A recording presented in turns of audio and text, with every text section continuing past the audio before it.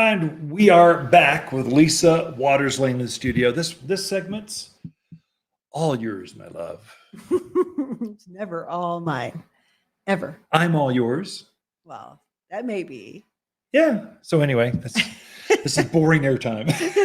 So, people are like, what are they talking about? We should actually share with folks some hard news. So the obituary of Doug Arthur went out in the Daily Courier.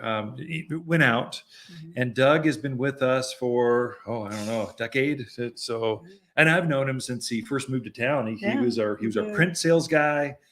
He's always been a professional. We've served in the Chamber of Commerce Board of Directors in the past. So we just have this deep business community and gardening connection.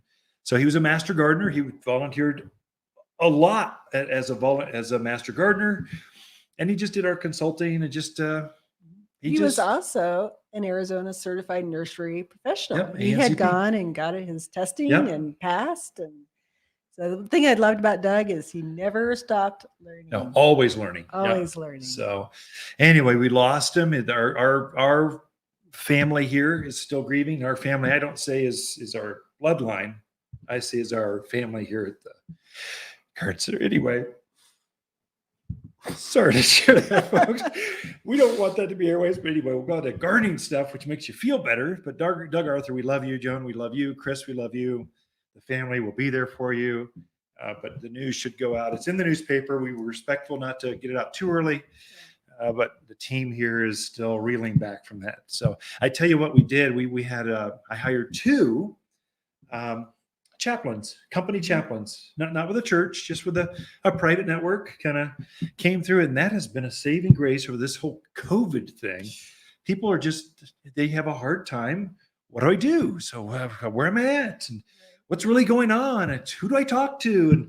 And I can't do that. I'm not very good at that. If it's a spreadsheet, I got it. But connection. So we hired a couple chaplains, one female, one male, to go talk. And they have been, thank you, Steve. Thank you, Jennifer, for you guys being there for us, the Waters team. It's just part-time.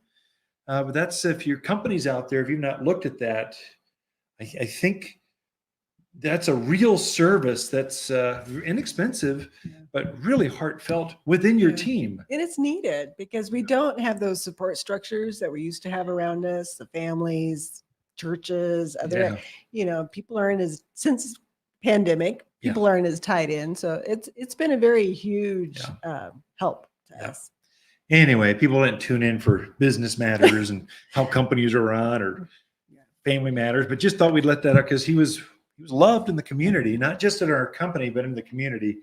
We love you, Doug. So just deep respect. Gardening. This is all about you. Tell us some flowers. I see some beautiful color here. So I see lots of trucks coming in with the new fall and winter color stuff. Right. So it's kind of exciting. It's a decorating kind of year. It is. Year. Well, I brought in a little bit of color, just have some pretty color, which I think we've shown before, but I kind of wanted to show people the difference between a pansy and a viola. So pansies and violas are both amazing plants that will go through, put them in now, they'll go through the winter, they'll go through spring, almost through May in the right spots. So definitely worth your money to put in now because you'll get a lot of bang for your buck for them. So the pansies have a bigger head to them.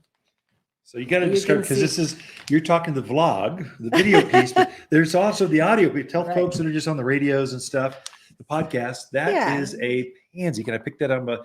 It's got what is that? About a 2 inch, bigger than a silver dollar. It's way large, maybe 2-3 inches across. 3 inches across. Pansies come in multitudes of colors, yellow, white, purple, pinks. And they're coming out with new colors all the time. It's amazing to me, the new colors that they come out with. But just good, consistent bloomers. They have the bigger head to them. But not as many. So to give the viola a chance, it blooms its heart out better, but smaller. It does. So here's viola. I don't know if we can kind of compare. So this is 1 inch, 1.5 inches across the flower. Same monkey face, same fragrance, but just smaller and more flowers. So I think of these as like petunias and calibrachoa. So petunias are like the bigger flower. Calibrachoa is a smaller flower, or million bells petunia is the other name. this is the same thing in that pansy realm. Right.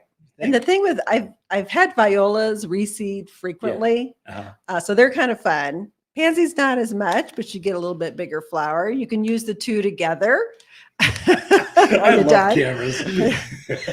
So I just wanted to show people, they are two different groups, but they both perform equally well in the winter time. Yeah. The other plant I brought in. So you want me to take those? No. Oh, you're going to put them. So this is a type of rudbeckia. So it has, this one is the American Gold Rush, or Black-Eyed Susan is the other name. I like it because it has that sunflower look, but they are so much better than sunflower. Yeah, so much better. Oh my gosh. Yeah. So they'll just bloom, bloom, bloom. With sunflowers, you kind of get one bloom and they're gone. They fall over. They just get droopy. The rains take them out. Right. Rudbeckia, that doesn't do that. Stands up straight. Comes back every year. So this is a real pretty one, a little bit smaller head, but just a profusion of flowers on there. Great for fall color, containers in the ground. Just a super little plant. We'll come back next year. Yeah. Animal resistive. So it's got some defenses in it that keep the javelina and generally rabbits off of it. Deer don't like it. So it's a good perennial or wildflower that comes back year after year. For you folks tuned in on the radio, it's about 1.5 foot, call it knee high. It's got 100 flowers on it, all that look like miniature kind of sunflowers, about 2-3 inches across. So black center, yellow petals coming off, and it will hibernate underground. So it will rest underground. You mow it off with a weed whacker or something. Comes back bigger and better in the spring, and it just blooms all summer through autumn. It's amazing perennial for the mountains of Arizona. So this is just a couple examples of flowers. Yeah. But we're moving into that. Oh, look at that. It's sitting in. I'll take it over here. Don't let the camera mess you up. What you got? So we're also moving into that season for everything's starting to turn. So I forget where I was driving through, but the maples were definitely starting to turn. Leading edge. Yeah. You're starting to see some color change on things. So things that really do trees that do beautiful fall color would be your ornamental pear. I know I'm short on time. You got 2 minutes. You're fine. Ornamental pear, your oaks, pin oak, northern red oak, and your maples. And flame maple too, which is a little bit shorter maple. Those are all your reds, right? Yeah. Each one of those turns a bright kind of fire green. Yeah. So those are color trees that would definitely give you some fall color. Your shrubs would be your burning bush. And we got a new one in called Inferno Cotoneaster. I like Inferno. That means red, right? Or orange or something. It's like an orangey red. It's just starting to turn in the nursery yard. Looks really cool. It's the first time we've had that one. And then, of course, your creepers, your Boston ivy, Virginia creeper. The Virginia creepers in the store are already they're bright red. They're beautiful. And you know, it's October. You need creepy plants in the gardens in October for Halloween. They're the ones that celebrate. Oh, there you go. So that's your Virginia creeper, Boston ivies. They all love to turn that bright red. It's autumn, and they're going. I'm just waiting. Tell me the first day of autumn. Whoa, they just sing and show off that color. Yeah. The other one is sumac. So the tiger eye sumacs are in, and that's one I love because it kind of goes from a orangey yellow, orangey red. It kind of has multi-colors on it. So I think it's really pretty. What color? It has so many colors you can't describe it. Oh no. Sumac. And it's really native. It grows wild here. It's amazing. And the other one I threw in, it's not truly a fall plant, but the Nandinas, the Gulf Streams, Sienna Sunrise, because their colors become so much more intense in the fall and winter. Accentuated. So I would call them a fall plant. And you could plant all of those right now. This is the best time to plant those. So there's virtually no risk of transplant shock when you put those in the ground. So you folks from Phoenix or Palm Springs, Southern California, you're okay. You can plant. You can do this. It's autumn. These are 4-season plants. They like being planted now. So Ken and Lisa Lain, the Mountain Gardeners. That's it for this segment. We will be right back after this.